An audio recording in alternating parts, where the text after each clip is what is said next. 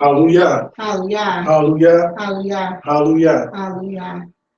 Before we go any further, or before we start, I should say, I'll start out by saying a prayer to Elohei Abraham, Elohei Yitzhak, Elohei Yisrael, the God of Abraham, the God of Isaac, and the God of Jacob. Hallelujah. Hallelujah. Yehovah, Yehovah, Yehovah Savo. Great is your name and worthy to be praised, O Heavenly Father. O great King, we humbly beseech thee. And we ask, O Most High, that you remember to ever stay mindful of your covenant. If it be your will to bring Israel from the four corners of the earth, O great King. O Heavenly Father, continue to bless the nation of Israel with knowledge, wisdom, and understanding, O great King. Put it upon all of our hearts, O great King, those that can hear and those that can understand, that we have a job to do, which is the upliftment and the glorification of your name, O great King. For you are our God, from the rising of the sun to the going down thereof, O great King. We thank thee for opening up our eyes, for opening up our hearts, for opening up our understanding to your great word, O great King. We thank you, O Heavenly Father, for giving us a culture, for giving us a heritage that's second to none, O great King. For you have taken us out the muck and the mire and bestowed upon us a holy name, the name of Yisrael, O great King. You have letting us know that we are not blacks, that we are not niggers, that we are not African, O great King, but we come from a royal lineage, O great King. For you are a God that went to war with your people, the nation of Israel, O great King. Bless this forum and bless forums like this, Vavakushai Yehovah, that teach and expound on your word, that speak to your people in sincerity and in righteousness. Hallelujah. Hallelujah. Hallelujah. Hallelujah. Hallelujah. Hallelujah. Amen. Amen. Hallelujah. First of all, giving all thanks and honor to the supreme intellect of the universe. Elohei Abraham, Elohei Yitzchak, Elohei Yisrael, the great, mighty, revered God, the Most High God, who indeed is our creator, maker, owner, possessor of all things and everything. A God that fought battles for the nation of Israel. A God that continues to watch over us while we are in captivity. A God that gives us some comfort while we're in captivity. A God that is merciful upon us. A God that allows us to live life when we are worthy of death. That is the God that we're talking about, the God of Moses, the God of Abraham, the God of these great men, the God of Melech Dawi, Melech Shalomo. That's the God that we're talking about. Next, I would like to give all respect, honor, allegiance to the spiritual leader of Shema Yisrael, Chief Principal Ben Zabun, asking that the Most High continue to guide him, shield him, protect him, bless him with ideas, to bless him with the vision of leadership, to bless him and to make him plentiful and bountiful. I ask the Most High God to bless him, the spiritual leader of Shema Yisrael, for in taking that title and that role of leadership, it is not an easy task. It is a task that you will be loved by few, hated and spoke about by many, but it is a task that needs to be done throughout the nation of Israel. That leadership is placed so we can have that order. So we thank the Most High God for his life and for those that support. And we ask the Most High God to watch over his union with his Isha, Vavakushai Yehovah. Hallelujah. Hallelujah. Hallelujah. Next, I'd like to bid the family online in the tongue of our ancient forefathers, the tongue of Hebrew, as I greet you all with Shalom Aleichem, peace be upon you, asking that the Most High God watch over the brothers and sisters of Shema Yisrael, my home congregation, but asking that the Most High God watch over the whole nation of Israel in entirety, whatever state you may be in. We're asking that the Most High God watch over you, protect you, give you the desire of your heart, because words have power. And when we speak those words, we're speaking blessings upon one another. So continue to pray for the nation of Israel. Continue to pray for us as we continue to pray for you. Thank you all that tune in, whether it be live or sometime throughout the week. Thank you to all of those that support Shema Yisrael with kind words, with works, with efforts, with money. However you support is greatly appreciated. But this is one of the many houses that the Most High God has brought up to bring the truth to his people. Now, this week's Torah portion is a more, speak or say. Usually we do the Torah portion. The last time I came up, I did the half Torah portion. I'm going to be doing that a little bit more because it's not really touched upon. But this week, what I plan on doing is the upliftment and the motivation of the nation of Israel to speak about certain things concerning the nation of Israel, things that need to be done with the nation of Israel. For these are things that will help us get closer to serving God. Everyone is entitled to their opinion. What we're trying to do now is uplift, because this is a time that we're in right now that we are downtrodden. We are spoke down upon. This is a time right now that a lot of our people's spirits may be broken. And with our spirits being broken, it's our job to recognize that within the nation, and sometimes you have to give upliftment to the people. But also with that upliftment, you have to bring the reality of it and bring the judgments that come about also with these things. So this is a motivational talk, but it's a real talk. Praying that we can get some understanding out of this to help us strive to be God's nation, to strive to elevate our godliness, to strive to elevate our righteousness. Prayfully, this talk will help us strive to be better husbands, be better wives, be better children. Prayfully, to be better servants to God with this talk and many other talks like this. But also, we're praying that it brings us together. Why? Because we're in the time right now where you hear the motto, unify or die. It sounds catchy, but there's so much truth behind it. We are being forced to unify. We will have to unify. Why? Because we are the nation of Israel. And in being that nation, we have to realize that it is so much bigger than a congregation. We are in captivity, so we have congregations, we have camps and different schools. We may even have different schools of thought, but there will be a time when we have to address our differences, put our differences on the table, right the wrongs that were done, correct and ask forgiveness for those whom you offended, and let's move on with the work that has to be done. We have to do it in this lifetime. Our elders have to come together and say, look, we're going to talk and move in the right direction. We have to unify or die. Reason being, the Most High God, he loves the unification of his people. We were at our heights when the nation of Israel was unified. We were able to unify in captivity when we were in Mitzrayim, when we all cried out. So guess what? The first thing to help motivate us is that don't believe that you can't unify in this second Egypt. You can. Why? Because history tends to repeat itself. If we were able to cry out in captivity and unify in Mitzrayim, we definitely can do it now. We just have to activate that spirituality. But in that spirituality, we also have to activate that humility, where we can hear our brother, where we can hear our sister. The first place I would like to go to would be the book of Jeremiah, chapter 31. Let's take what the prophet is saying and take it to heart. For all of us that are dismayed, because we have a reason to be dismayed, because things are off. Things are off in the world, but we have ourselves to blame. Things are off within the nation of Israel, but we have ourselves to blame. But when those things are off, what do you do? Do you sit and be quiet?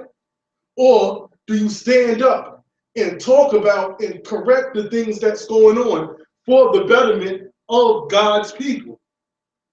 And it just doesn't have to be one or two people, because we all have a certain degree of understanding because we know who God is. That's when that humility comes in, where you can't say, well, I know more than this brother or more than this sister, and I don't want to listen to what they're saying. We have to take into consideration what they're saying. You never know why people do what they do for certain reasons. But one thing that we have to rest for sure and say is that there will always be the nation of Israel on the face of the earth. And that is the blessing, that you have to rep your culture, rep your heritage. Shema Yisrael is a big part of that in the Israelite movement. There are also other camps and congregations out there as well. But we are the nation of Yisrael, and when people see you, they have to identify with Yisrael. They have to know that we are Israelites. We have to look as Israelites, serve God as Israelites, deal with people being Israel under the umbrella of the nation of Israel, with no straddling the fence. Take pride in calling yourself an Israelite. Take pride when people ask you, well, are you like the Jewish man? Take pride in saying, no, I'm not like the Jewish man. We are different.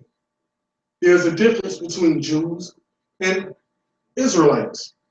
Let them know that. Be proud of your heritage. And this is what we have to do. With that, let's go to the book of Jeremiah, chapter 31, starting at verse 35. We're in the book of Jeremiah 31, starting at verse 35. Hallelujah. Hallelujah. Thus saith Jehovah. Now, this is where we motivate one another.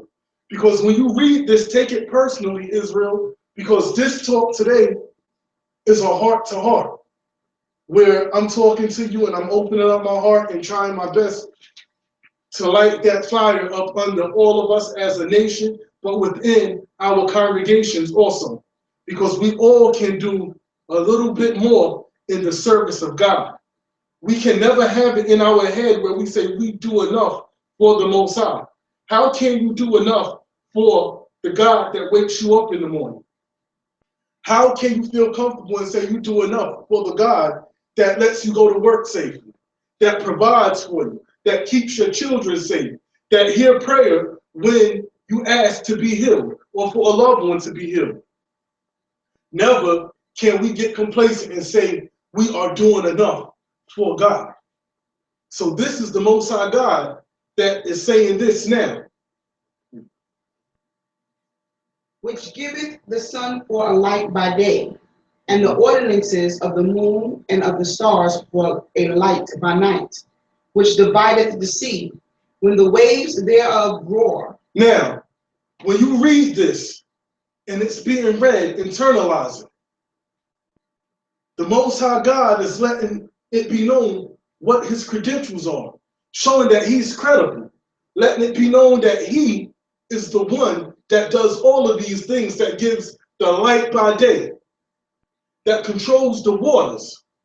When you hear this and we start to realize this is the power that we serve, let that light the fire in us to right the ship of the nation of Israel, to slowly and surely start to put things back in order and build up this nation on the foundation that it was created on, but take it to another level.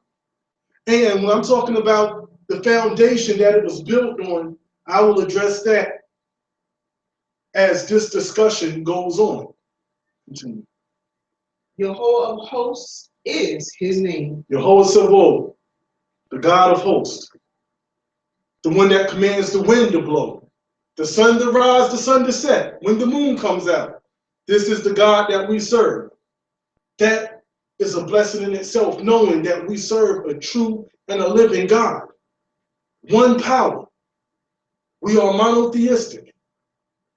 We live that life, the belief of one God. That's important. Yehoshua is talking. Continue. Verse 36.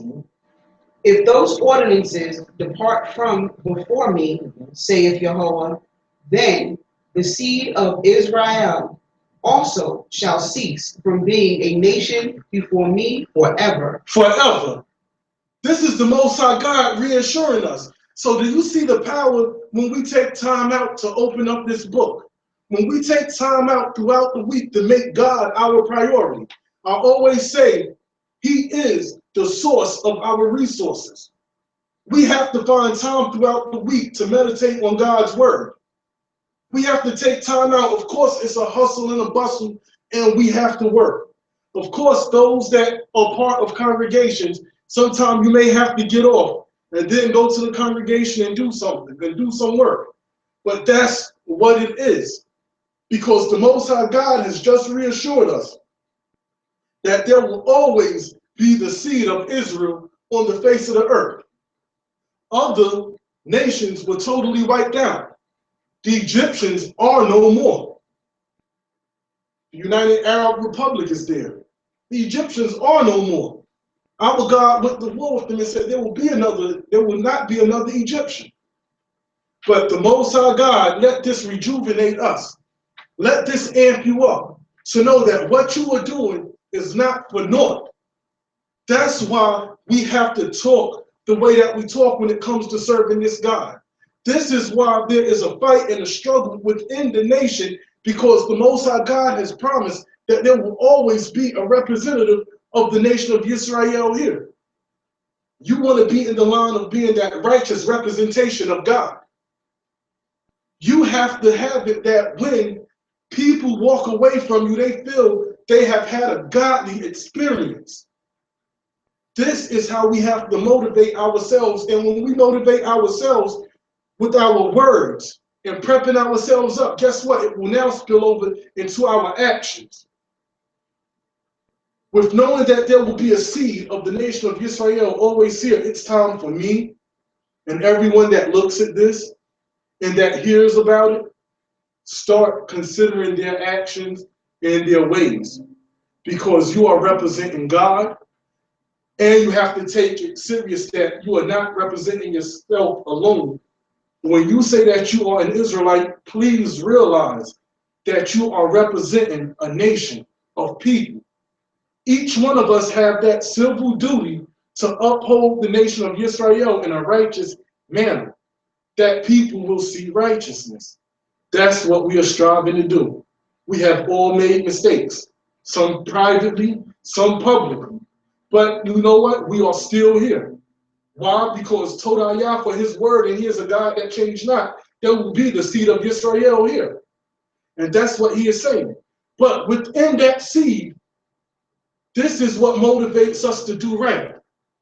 It's not a shoe-in that we just make it to the land.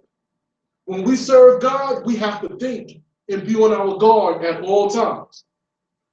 Let's motivate ourselves and strive for the highest level of righteousness that we can reach without compromising. Do you know why? Let's go to the book of Isaiah, chapter 10. Isaiah chapter 10. Now, being that the Most High God has said that there will always be the seed of Israel in the face of the earth, we know that he is a God that changes not. We know that even after we pass, there will be a seed here. That seed being our children. Prayerfully, we all make it to the land. But even when we pass, because the divine order of things are that children are supposed to bury their parents, not the other way around.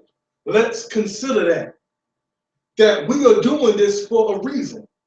Isaiah chapter 10, starting at verse 20.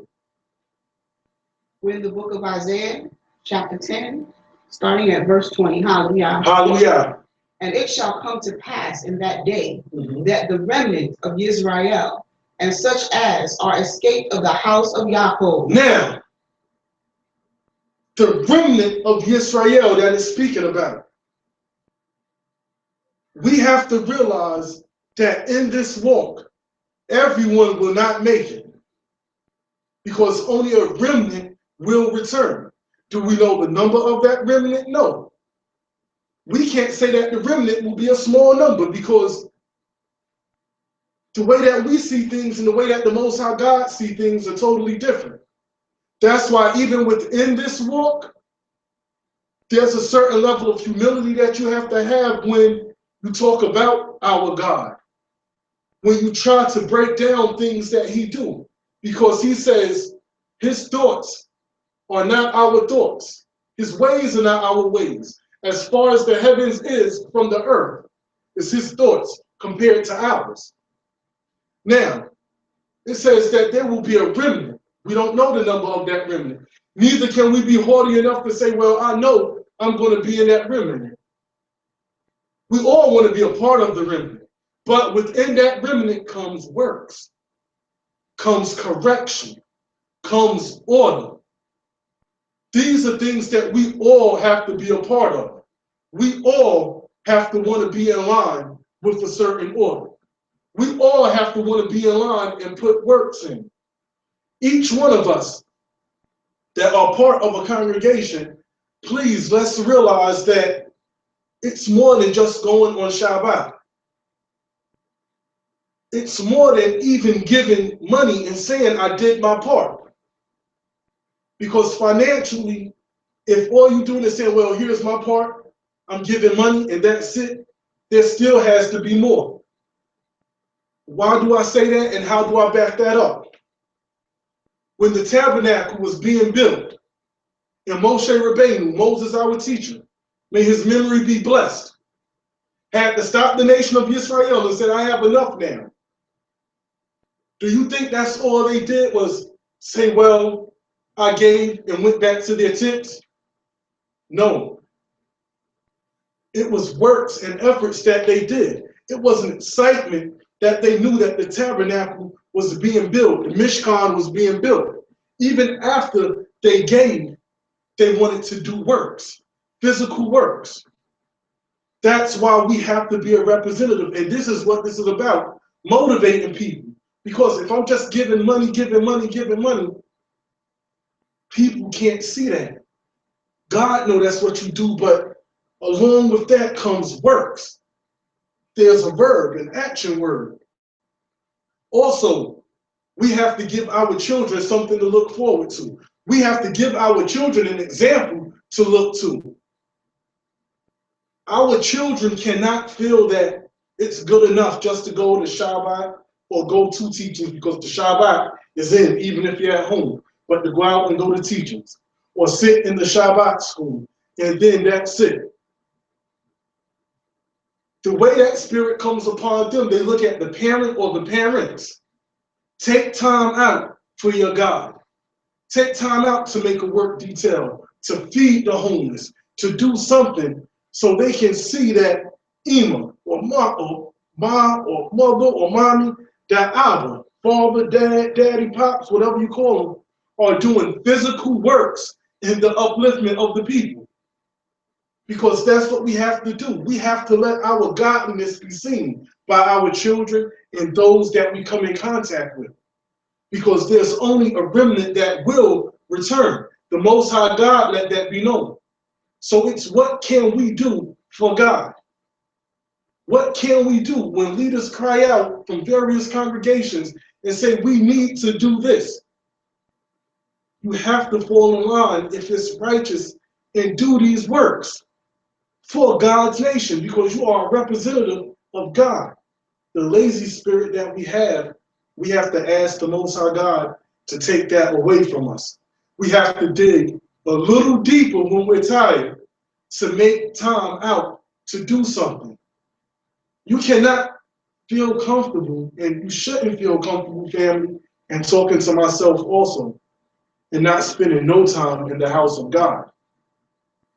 Especially if you have access to the house of God. If you have access to the house of God, that's where you want to be. Because in the house of God, guess what? there is godliness. Inside the house of God, guess what? There's righteousness. There's motivation. There should be upliftment that when you walk out, you can make it throughout the week. For those of you that can make it there, you should make it there. You don't know a good thing until it's gone. You don't realize the blessing that you have until you're not able to do it anymore. For those of you that can do it, do it. I miss work details with my family. I made it a family affair because it was a standard set that I commanded that if I'm there, guess what? My Nashim will be there and my children will be there because they need to see the head putting works in. And then they have to know that there is an expectation of them.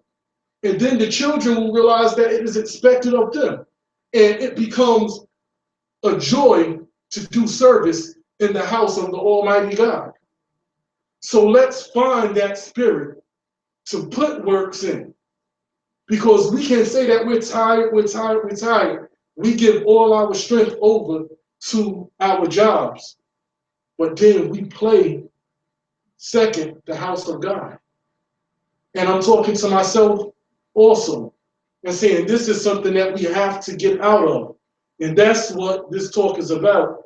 Be thinking ourselves and digging deep to bring out that godliness that we have inside of us.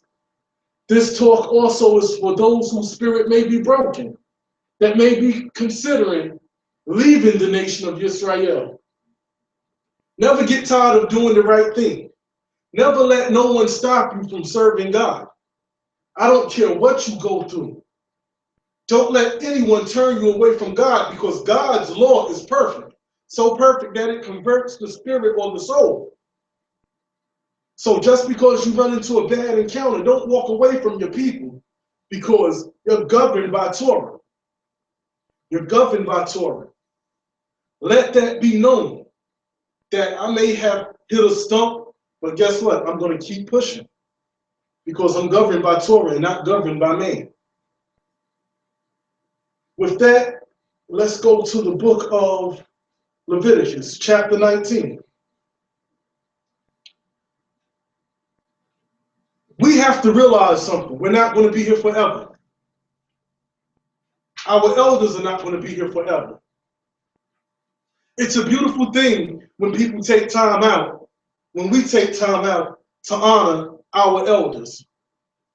Whether we have within that Shabbat day or an Akre Shabbat, something dedicated to our elders, dinners dedicated to our elders, we show the utmost respect to our elders. We have to realize something in showing that respect. I always touch upon this, and I always touch upon the physical and the spiritual. Read this law in Leviticus chapter 19, verse 32. We're in Leviticus chapter 19, verse 32. Thou shalt rise up before the hoary head. We shall rise up, the physical part, before the hoary head. We shall rise up before the elders. When they walk in, you hear people come. We stand to acknowledge their eldership, the times that they put in. God willing, we will get to that point. And do you know why this has to be done? So our children can see that we're doing it. So when we get their age, guess what? When they're up teaching and they're running the congregation or congregations or doing what they do, when we walk in, they stop what they're doing and give that command of kumu, stand for everyone. So do you see how important it is, family, for us to do physical works that can be seen? So it won't be foreign to our children, that our children know automatically that when the elder come in, they stop what they're doing and they rise to show respect to that elder physically. Spiritually, we have to rise before our elders also. Like I said, we have that spiritual eye where when it says rise, we just can't look at it physically. There's so much going on in the nation of Israel, and that's why I said we need a motivational talk and a heart to heart also. This is one of the subject matters that I want to talk about, that rising before the hoary head, considering our elders in the nation. The elders in leadership that's running congregations. The elders that are members of congregations that may just come and sit. If you're an elder, I'm talking to my generation, those that are a little older than me that may not be considered elders as of yet. We have a job on our hands that we have to do. We have the mentality of each man to his tent, when that's not the way that it should be. The whole premise of law is what? How you treat your brother, how you treat your sister, how you treat your elders, how you make your elders feel. There's a commandment that we just read that says, rise before them. It just doesn't mean that physical rise, that spiritual rise. They want to see us do better. Each generation is supposed to do better than the next. We're supposed to progress. This is where we mess up at. When we drop the standard, family, and we let any and everything go on in the midst of us without any correction, without any chastisement, without any rebuke, whether it's public rebuke or private rebuke. Because I'm a firm believer, there's a time to rebuke publicly, there's a time to rebuke privately. Every rebuke doesn't have to be on a grand stage, but every rebuke also doesn't have to be or shouldn't be done behind closed doors either. I've heard elders say, and it troubled me and it hurt me, and I'm going to share it with you all because we love the nation. I love this nation. Through the thick, the thin, the good, the bad, and the ugly, I love this nation. I thank the Most High God for opening up my eyes and putting it on my heart to understand who I am and to understand this law, regardless of congregation, regardless of if these elders go to congregations or not. Everyone that hears elders say, I'm disappointed in the direction of Israel. I'm disappointed to see how the brothers conduct themselves. I'm disappointed to see how the sisters conduct themselves. I'm disappointed to see how a lot of the children conduct themselves. We have failed in rising before them. Think about the nation of Israel. Think about an elder that's been in here for 50, 60 years, 40 years, before some of us were born, and still harping and complaining on the same thing over and over and over and over and over again. It's time for us to motivate and give them something to be proud of.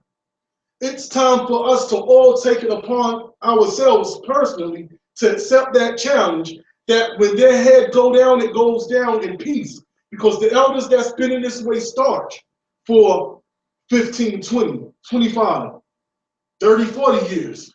They love the nation. And it hurts them greatly, and it breaks their heart when they see something off or that should not be in the nation. It's not a laughing matter. We have to consider that law of rising before the hoary head. God commanded us to rise before them. We have to rise before them in our ways. We all have to look at ourselves in the mirror. And the reason I say all is because I'm talking to myself also. Are we doing enough to make God proud first? Are we doing enough that our forefathers, everybody's on this thing of respect the ancestors, respect the ancestors. When the nation of Israel, we've always been ahead of the fad. Egyptologists, respect your ancestors. People now, respect your ancestors. That's something that we've always been doing. God has always gave us that commandment. Respecting your father and your mother, rising before the hoary head. If we don't care about what nobody says, about what we do and how we do things, at least consider the elders whose ears our actions may get back to. Consider them. Are they going to be proud, or are they going to smite their hip and say, I can't believe what I'm hearing? Words have power.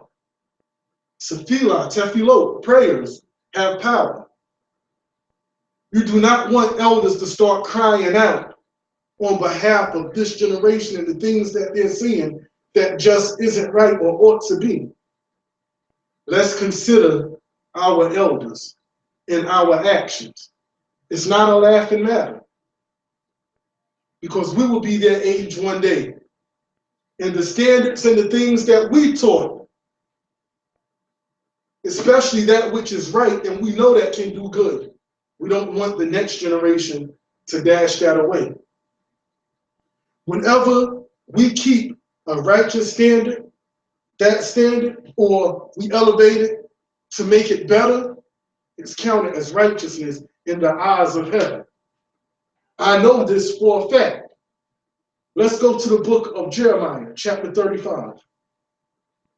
And we're going to start at verse 1. This is what it means to consider your elders. We're going to hear about the Rechabites briefly in the order that was given to them, that was considered to be righteous because their father gave them a decree. We're in a nation and we serve the same God. We know the reverence and the certain respect that's due to elders. With us knowing that, family, we have to realize that when they say something was done and now we have fallen off from that, in their eyes, the nation has been weakened. Ask yourself, did we rise before them spiritually? Or are they turning gray and are we breaking their hearts? Is that counted as righteousness? That's why we have to stop that I don't care attitude. Nobody can tell me anything. I'm going to do me. Because when we have the fear of God in us, we have to realize that, man, if I do want to go to the left, if I do want to go to the right, shoot, for the love of the eldership, let me wait for them to pass on before I start acting a fool at least. Give them that much courtesy, that much decency. I implore you all not to just go to the left and right, even if they pass. But don't break their hearts. Rise before them. Be that righteous standard that they want to see. Think about the groundwork that we're putting in now. Think about if we have children, or those of us that do have children, that have tried to implement as much righteousness in them as possible. And then they go contrary to what we taught them. Think about how that would make you feel. Think about how that makes you feel if it's happened to you. Do not put our elders through that. We need our elders, our elder men, our elder women. It's a nation. Young men for war, the elders for counsel. Our generation right now is at a very intricate stage, and I've been meditating and thinking about this forever. Or for quite a while, I should say. I'm not considered young because, well, to some of the elders, we're still considered young. I'm 36. So I'm not the young crowd, 18, 19, 20 anymore. Though I feel like it, my age doesn't show it or tell that. So my generation, we're not on the young side. But guess what? We haven't reached eldership as of yet either, to be considered an elder. We are right in the middle right now. Our position is pivotal in what's going to happen with the nation. Let that be motivation to you. That those of you that can understand, guess what? We have a pivotal part to play. We're just not here. Our part is pivotal. Why? Because we're at that age where we still have to go to the elders for counsel. Yet, we're at that age where we can give those younger than us counsel. We're not at that age that, God forbid, something happens, we can't go out to war. We're at that age that, guess what? We can go out to war with the young men, 19, 20. So we have an intricate part, and we have a role to play that will either help make the nation right now or break the nation.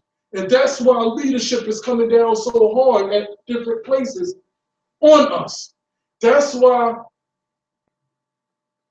leadership isn't compromising and saying, we are Israelites. This is what we will be known as. Because they put 30, 40, 50 years in being called the nation of Israel. And saying that, guess what? I don't have a religion. I am who I am. I have a culture. I have a heritage. And that's the way it's supposed to be. That standard was set. So we're at that age, like I said, right now, where they're coming down on us because they want us to take it to the next level. The young generation have the elders they can go to, but they also have us that they can go to. At the same time, my generation can still go out to battle. So we're not old and we're not young. We're right in the middle. Knowing that you're at a position like that in the nation, in God's nation, should be motivation to make you want to do more. Let's read about the Rechabites and what happens when you hold a standard. And that's all that we want. That's all that I want. I want a righteous standard. Everybody messes up. But guess what? A righteous man falls down 7 times and gets back up again. The word there said a righteous man. That gives us the motivation and that gives us the upliftment to know that righteous men do make mistakes. But the whole point in them is that they're righteous. They don't wallow in their mistake. They dust themselves off and they get up and they go at it again. Why? Because they are striving for righteousness. We all have to strive for righteousness every day of our lives. Let's read about the Rechabites. We're in the book of Jeremiah, chapter 35, starting at verse 1. Hallelujah. Hallelujah. The word which came unto Jeremiah from Yahweh in the days of Jehoiakim, the son of Josiah, king of Judah, saying, Go unto the house of the Rechabites, and speak unto them, and bring them into the house of Yahweh, into one of the chambers, and give them wine to drink. Now, the order was given that you bring them into the house of the Most High, and you give them wine to drink. There's nothing wrong with drinking wine. You can use this scripture right here to back that up. It actually said, bring them into the house of God, that they can drink wine. This also teaches us that we always have to stay mindful of our situations and our surroundings, family. To bring that in today's terms, people are watching us on our jobs. Our family members are watching us to see if it's a fad. You could have been doing this for 25 years, and your family will still try to ask you to come over for Christmas, to do something for Thanksgiving, just to see if you will break. People are watching.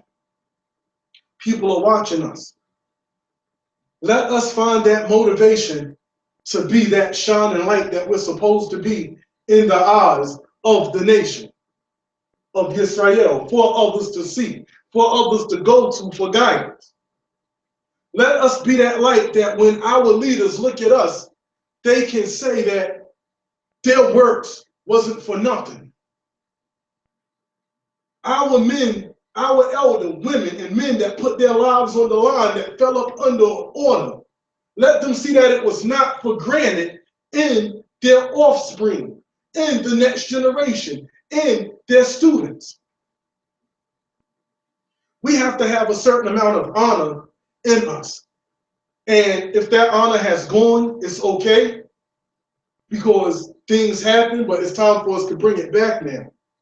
Look at the old ancient movies, karate movies. The last thing a student wants to do is what? Dishonor or disappoint their teacher. We have sat under some of the best teachers this generation had. They have sat under some of the best teachers. I'll use Chief Prince. He sat up under Cohen Mikael, Nasi Yaakov. He still talks. He still talks and gives credit to Moreh Mishael. These men that he sat up under helped mold him and make him the man that he is today. The standard that these men have set, the righteous things that was taught to him, was not dropped. He kept that standard and elevated it to another level. Now, let's fast forward. He's now the elder, and men like him. We still have Moreh Mishael, may the Creator be with him, who's still alive. We have Chief Prince Zipporah, may the Most High God be with him. He's still alive. Pushing a standard on this generation. With them pushing that standard on this generation, we're supposed to take it and take it to another level, and it will be counted as righteousness. The reason you can bring these men up is because they knew what it was to take orders and to follow those orders. That's what we need. We have to have that certain level of honor that these men had. We need that honor. That the last thing we want to do is make our teachers shake their head or look down upon us. But things have gotten so loose in the nation of Israel, not with everybody, but you can see that the standard from the old Binah, the righteous standard from old Binah Zakim, the righteous standard from the old Hashaba. Speak to some of those elders and they will tell you, if they're being honest, that this generation has dropped the ball to a certain degree. And let that motivate you to do better. Let that motivate you to say, I'm going to strive to get as close to the Most High as possible and to put works in, because we have children. We have to leave something for our children on a personal note, because a righteous man leaves an inheritance for his children's children, but that just doesn't mean money. Spiritually, we have to leave something for our children, a standard that they can look to and say, this was the standard, the righteous standard, and I'm not going to depart from it. Continue reading. We're still in Jeremiah chapter 35, down to verse 5. And I set before the sons of the house of the Rechabites pots full of wine and cups, and I said unto them, drink ye wine. But they said, we will drink no wine. For Jonadab, the son of Rechab, our father, commanded us, saying, ye shall drink no wine, neither ye nor your sons forever. Now, the command was given not to drink wine to his sons. It said, you or your sons. So when you start to read that, guess what? Then it's going to go later on and drop down and say your wives also is commanded not to drink wine. What does that mean? That means that, guess what? The men of that household now started taking charge and commanding that household. We take it in this generation like a man giving an order or running his household is a bad thing. It's not a bad thing when it's not done in rigor. And there are times when decisions have to be made where everything isn't going to be up for discussion. Joshua, may peace and blessings be upon him. He said, as for me and my house, we will serve Yahweh. Joshua spoke for his whole household at that time by himself. He spoke because he knew he was going to command his household to do that which is right. Said, we are going to serve Yahweh. The Rechabites commanded their sons, commanded their wives. This was the standard that was set, that we're not going to depart from, because our Father gave us a charge. So, and then you can read later on, it was counted as righteousness. So, if our leaders and our elders give us a charge, not just talking about congregation, but the nation, it's imperative that we follow these standards, these righteous standards that was given, to let them know that they're being respected, that we are keeping that law of rising before the hoary head. We take a lot of words and put a negative connotation to it. Command. A man saying, I command my house, some people will start to frown down and look at that man and call him a chauvinist or say it's misogyny. It's not that. But every leader has to take charge and command. A boss commands his job. We're so far off that we will be more humble to our boss sisters than our husbands. That's off. It's off completely. Men also, we have come so far off that we're a lion in the house, but we are a lamb outdoors, where some of us won't even look at our boss in their eyes. Don't be a lamb in the house. Don't be a lamb outside and a lion in the house. We all have things to work upon. A man commanding his house is not to be looked at in a negative way. This is why, brothers, this is why, sisters, our relationships are so important. This is why we are so protective of our sisters. Men will put their lives on the line for sisters, the way that it's supposed to be. And I will say this, if sisters aren't comfortable with the men, or we don't make them feel safe, that's our fault. We have a job to do. I'm going to give the other side of that also. But before I do, the reason that we are so protective of you sisters is because we want godly relationships. We know the value that you hold. We know that when you give yourself to a man that doesn't serve God, you have things that you have to ask yourself. First, a divided house doesn't stand. Secondly, if you have children, and we've seen the case where women have children with men that don't do law, and while they're together, he'll respect it. But the minute we split up, and he's with, or that child is with the man on the holidays, they're doing things that we don't partake in. Be careful who you give yourself to. Sisters, be careful who you submit yourselves to. Because when you give yourself and you humble yourself to that man, he is now the head of that relationship. Ask yourself, do you feel comfortable giving yourself over to a man that does not know God, and that God is not the head of his life? How is God the head of your life, but not the head of the man who's in all actuality the head of you right now? Because he is the leader of that relationship. And it's the same thing for brothers. Stop giving your strength over and be patient to these women that don't know who God is, that don't want to know who God is. This is what we have to do. Because if you end up impregnating that woman, and that woman doesn't have any fear of God, that child, when with the mother, is going to do and learn the ways of the mother. That's why it says, don't give your strength to strange women.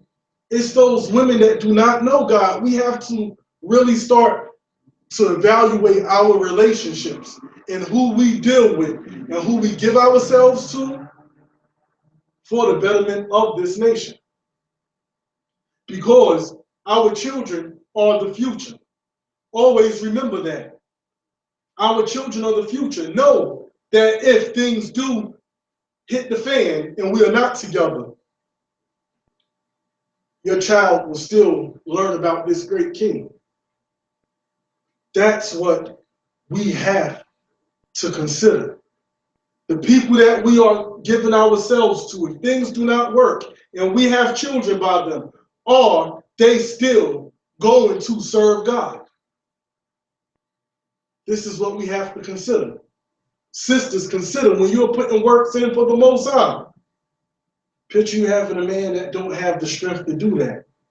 Brothers, when you deal with a woman and she's not on your level, and you're out working, doing works for the Most High, you have to require something of her hands also. And women develop that relationship with God where you want to do something and put your hands towards something.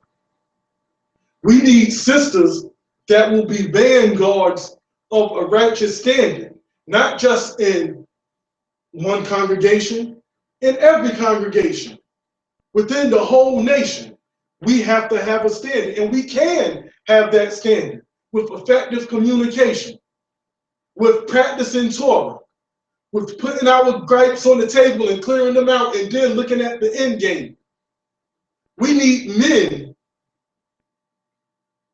that's willing to take orders and to fall under an order, not just from one congregation, but various congregations within the whole nation that will be the vanguards of the nation of Israel, that will be the soldiers to protect God's name. We have the soldiers that will have to do it on the physical front. We have those that are spiritual warriors. Those are very much needed also.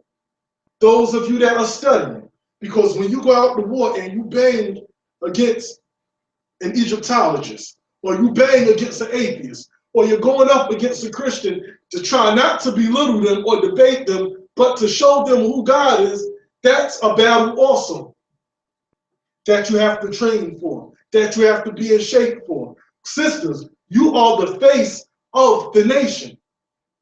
Realize that a nation is known through its women. Why? Because women are the teachers of the children. We have gone so far that we give the word modesty a negative connotation or an oppressive term. We come to the stage, have we fallen that far that we look at modesty and we feel the word modesty or being modest means that you are actually being oppressed? This is what elders are talking about. This is what makes their heart hurt, that there is a fight now against being modest. When before, modest used to be the goal and the things to want to achieve and to strive to. Now, there's a back and forth of what modesty is. There's a back and forth in, can I do this? Can I not do this? Is it modest if I do this? Or is it not considered modest? When before, these things were just understood. Having command of your house, or a man saying, I'm going to command my house, shouldn't be looked at in a negative sense. The word modesty should not be looked at in an oppressive sense. And there's a way that we can deliver the message also without being oppressive as well. But there's a beauty in modesty. The nation of Israel was a modest nation. It wasn't the biggest nation. It wasn't the first nation that was established. But it was God that made the nation great. Do not let our elders smite their sides and say, what has become of this nation? And that's what I want to get to with the book of Isaiah, chapter 54. And we're going to start at verse 1. And I pray that we get an understanding of this. And when we get an understanding of this, we're going to fast forward it and let it motivate us to apply it to this day and time. What's about to be said. Isaiah chapter 51, starting at verse 1. Whenever you're ready. 51, starting at verse 1. We're at Isaiah chapter 51, starting at verse 1. Hallelujah. Hallelujah. Hearken to me, ye that follow after righteousness, ye that seek Yahweh. Look unto the rock whence you were hewn, and to the hole of the pit whence you were digged. Look unto Abraham your father, right, and unto Sarah that bore you. We always bring this up. Look unto Father Abraham. Look unto Mother Sarah. Peace and blessings be upon both of their names in their memory. It's a beautiful thing to look upon them because they were the standard. They were the ideal relationship. They loved one another, considered one another, had each other's best interests in mind the whole time. Abraham told Sarah, tell them you're my sister. She didn't go back and forth. She knew why. She trusted him. Okay, I'm going to do it. Abraham wanted a son. Sarah at that time couldn't get it. Her being so humble, what did she do? Go have a child with another woman. That way, you can have that male child. If you look at the history, Sarah would have been fine if Hagar didn't make her feel in a way about it. Because Sarah is the one that pulled the trigger because of the love and the consideration that she had for her husband. She knew her husband yearned for that male child, and he needed that male child. Go, have a son with Hagar. It was Hagar that turned it and made Sarah start feeling in a way. This is some of the reasons why it's said to look at this couple, look to Father Abraham. Even Abraham, when he was dealing with Lot, Abraham trusted in the Most High. He knew that Abraham and Lot could not work together. I love you, but I have to go to the left, you go to the right.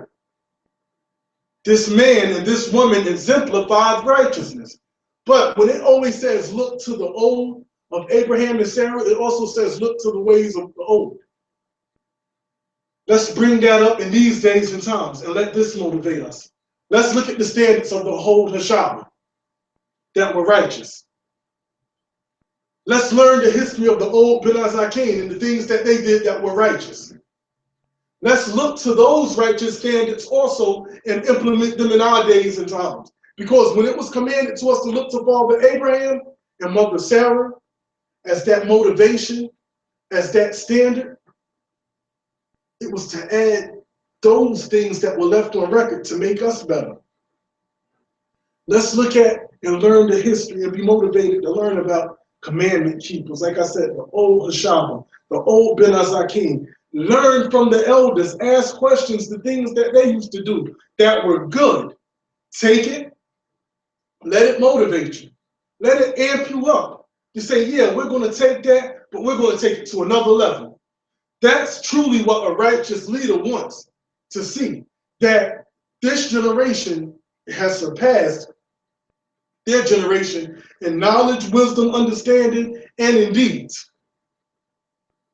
An elder told me that I was speaking to said, yeah, I'm looking at this generation, and he said, as far as the understanding, this generation has surpassed my generation, meaning his generation, with the understanding of Torah. He said, your generation of brothers and sisters are sharp. He said, but when it comes to brotherhood and that man thing, that bond, you all have fell back when it came to that. And you all don't have the bond that brothers used to have back in the day. It's weaker now than it was then. So instead of me taking it offensively, I said, you know what? We have to do something to work on that so they can see that we are stronger or just as strong as they were. There's work in serving God. There's work in knowing who God is. There's work. Because with the restoration of Israel, we all have a job in waking up those who do not know who God is, but at the same time, sharpening one another.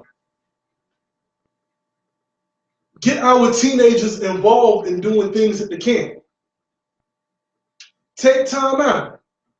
We're in a tech-savvy environment. Get your son that's 12, 13 years old, that know about video games, that can stay hours in front of video games. Command that they learn how to set up the online service or the online streams at your congregation. Give them something to do to learn about God with works and putting their hands towards the house of God. And I can speak like that. Let them know that when you go out, we're all going out to clean. And I speak on it because I led by example. And there are others out there that's leading by example. But get those girls and those boys out the house and let them have something to do in the upliftment of God's house. Whether it be cleaning, whether it be the yard work, whether it be the internet. Let them know that they have to take some time out besides after school, or even if it's an Akare Shabbat, to at least get some computer time in and learn to set up. Or they get there early to set up. Give them a job in servicing God's people and let them know, motivate them, say, this is your job. People are relying on you because on Shabbat, they're tuning in. If you're not there, the word of God isn't broadcast over the World Wide Web. They'll take honor in that, knowing that God's people are relying on me to set up so service can be seen and heard. Motivate your children to do the right thing. With that, let's go to Deuteronomy 16:18. I'll be closing up briefly. Deuteronomy chapter 16, verse 18. But these are things that we have to talk about. We have to bring that spirit back. There's nothing wrong with asking your leaders and your elders, what can I do? Or what do you feel that we can do to make the nation better? Rav Yisrael always has a saying that says, we are divine intervention. Why are we divine intervention? Because we are divinely inspired by the word of God. We understand the word of God when others do not. So, with that being said, with him saying we are divine intervention, I understand that. Which means that when we intervene, that means we're not just sitting back. We are purposely putting ourselves in a position to intervene and show people the light. To be that change that we want to see, let's start with ourselves first. You don't know what it does if you call up a brother or a sister, inbox a brother or sister, hey, I see you going through some things. How are you doing? That little checkup may be the strength to keep them going. We have to be responsible for one another. At the same time, we're so far off that and so defensive that if people start to call and elders and so forth, instead of accepting it, we say, oh, he's being nosy, she's being nosy. What are they doing trying to get in my business? Instead of opening up your mind and heart and saying, this was a godly act that was done.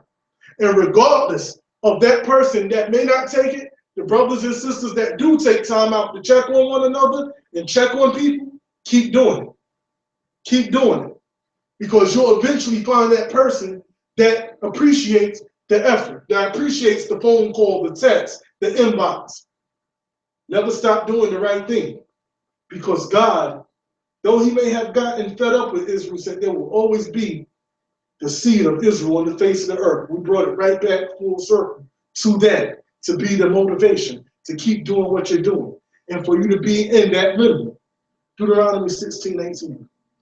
We're in the book of Deuteronomy, chapter 16, verse 18. Hallelujah. Hallelujah. Judges and officers shalt thou make thee in all thy gates. Judges and officers shalt thou make thee in all thy gates. What we have to realize is that there will always be officials over you. Any congregation that you go to, there will be leadership. There will be judges. What is the purpose of leadership? The purpose of leadership is to teach. The purpose of officers are to take care of business. And leadership officers come together and judge matters also. If you don't like that, that's on you. But that's something that always has to be done because the Most High God said, set this up. Why did this have to be set up? Because we need order in our lives. We are grown now, but we still need order, family. God does not dwell in confusion. Spark or light that fire that says, I want order. I want to be a part of an order, a godly order. An order where people are standing up to be a father to the fatherless, a mother to the motherless. When we're defending our brothers, defending our sisters. When our sisters are disrespected, we are there. Sisters, if our brothers are hungry and they need help, they have a plate that they can eat that was made with love, that's clean. We are being a nation and looking out for one another. Exodus chapter 22, verse 28. We're in the book of Exodus, chapter 2, verse 28. No, chapter 22. Chapter 22, verse 28. Now. Salika. Exodus chapter 22, verse 28. Hallelujah. Hallelujah. Thou shalt not delay to offer the fullness of thy harvest and of the outflow of thy presses. The firstborn of thy sons shalt thou give unto me.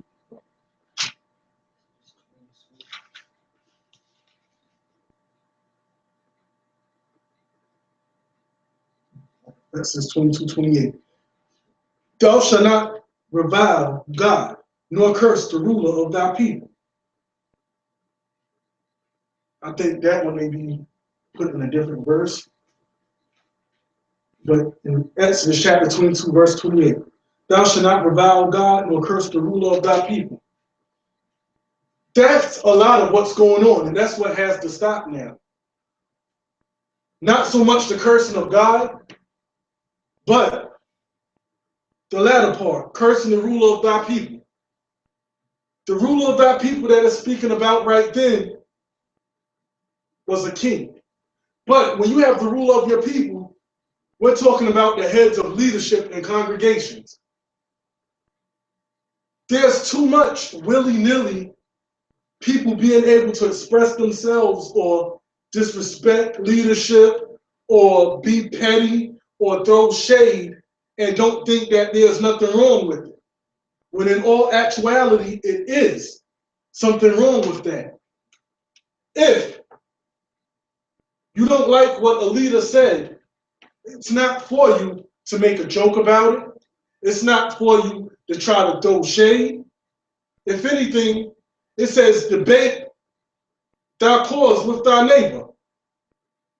Call that brother or that sister up. Speak to them. But we have to be very careful with the things that we say about leadership. I talk light and soft when it comes to leadership of any place because they're the head of that section of the nation of Israel. So it's not a laughing matter when people think that it's okay to put anything, whether it be Twitter, Facebook, where shade is being thrown. Even if you feel they were wrong, two wrongs don't make a right. And even if you feel they were wrong, that's still leadership. People will never always agree with what leadership does fully.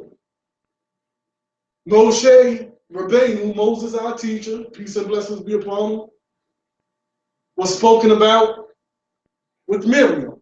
Aaron, they got smitten with leprosy.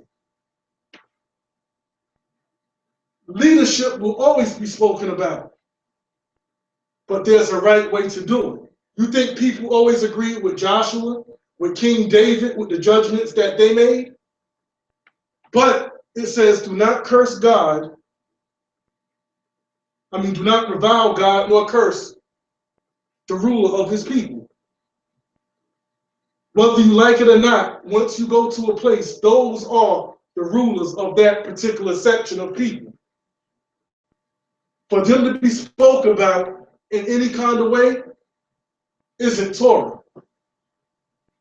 You can be very careful. You have to be very careful when it comes to speaking of an elder, when it comes to speaking of leadership. You can disagree, but disagree in a respectful way. The shade that's thrown, it's unacceptable. Being petty, which is something that used to be frowned upon, is now something that's made light of. I'm just being petty or a petty Betty. When I was growing up, petty, we used to frown and say, yo, you being petty, stop that. But now it's hashtag petty. Petty was something that was never good. It always had a negative connotation to it. Since when have being petty was something good or something to smile about? That's when you nitpick and you try to stir the pot, but it benefits nothing. That's why be careful with when you speak about leadership, because God put them in that place. So if God put them in that place of leadership, who are you to be petty or throw shade at them? Especially if they are up talking from their heart and they're being sincere. Even if you disagree with it in the eyes of heaven, they may be being sincere from their heart and they're crying out the things that they don't see. If you're throwing shade, it's wrong and it needs to be addressed and checked. And that goes with all of us. We all have to get to that point where we start debating our cause with our brother and our sister and talking to one another. So brothers and sisters, Proverbs 22:6 says, teach a child in the way that they shall go, so they won't depart. That teaching is sitting down, but it's also physical.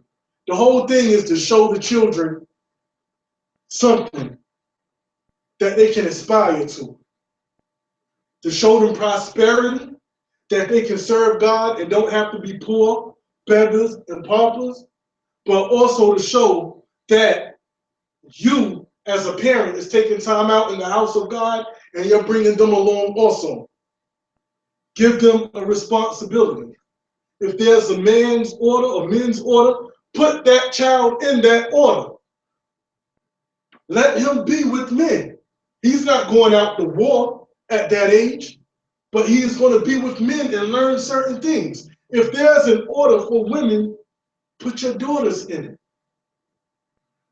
They're not going to be doing grown women things, but they're going to learn how to become God-fearing women. We need a vanguard of righteousness. We need one, and we can have one, and we will have one. People that serve know God's have them. We have women's committees in churches.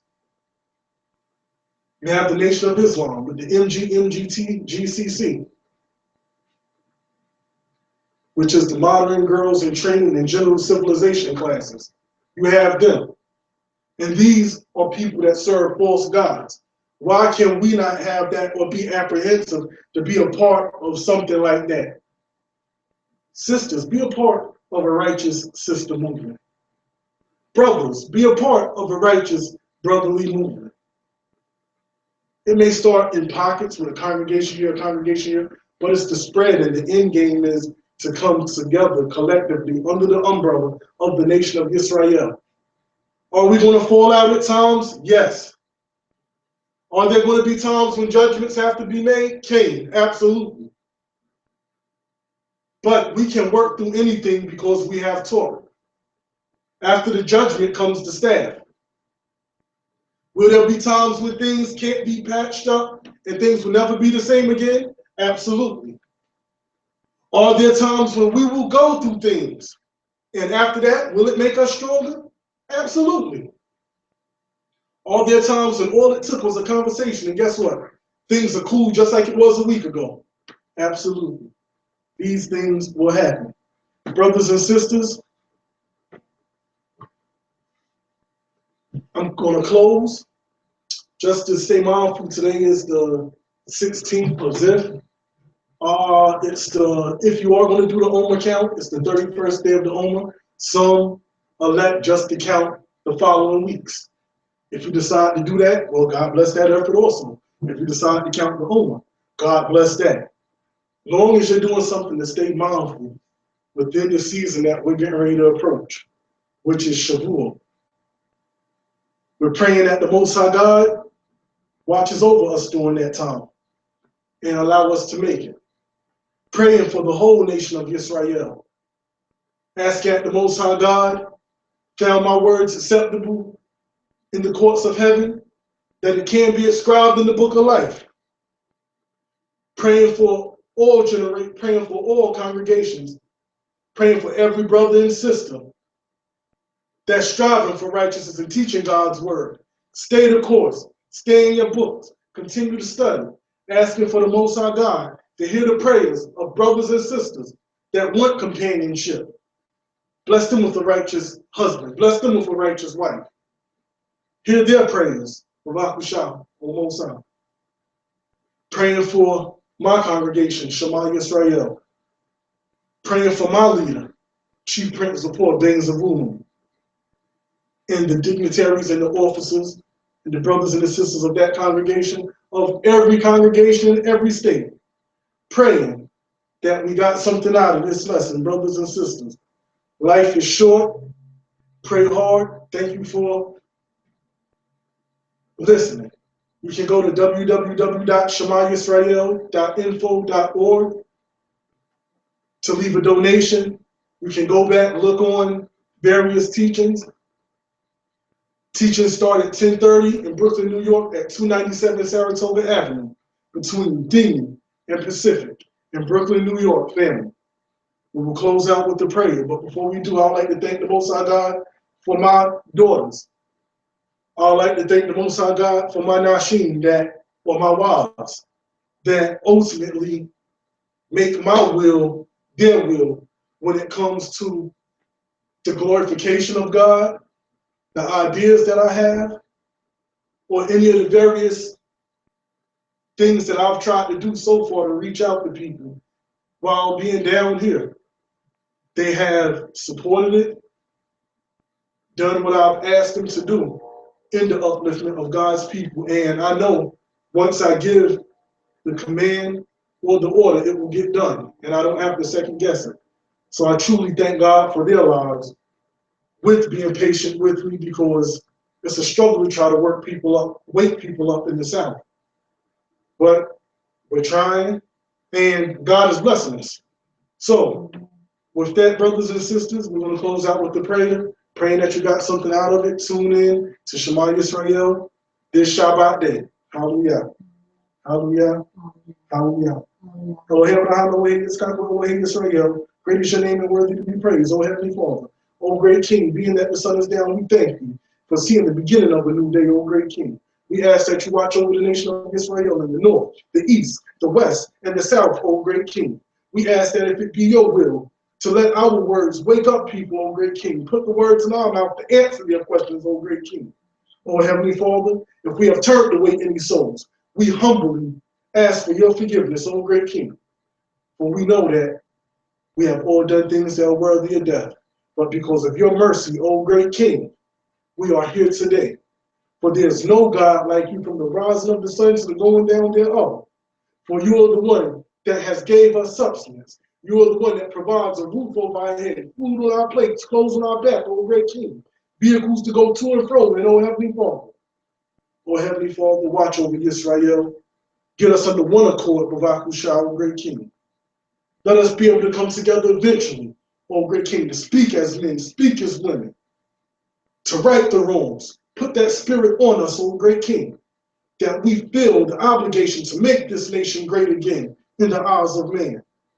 O great King, Torah Yehovah forever stand mindful of your covenant. Hallelujah. Hallelujah. Hallelujah. Hallelujah. Hallelujah. Hallelujah. Lala Tov, good night, family. Thank you for tuning in, and for those that tune in throughout the week, we thank you. Continue to watch and support our children. Support our children and what they do.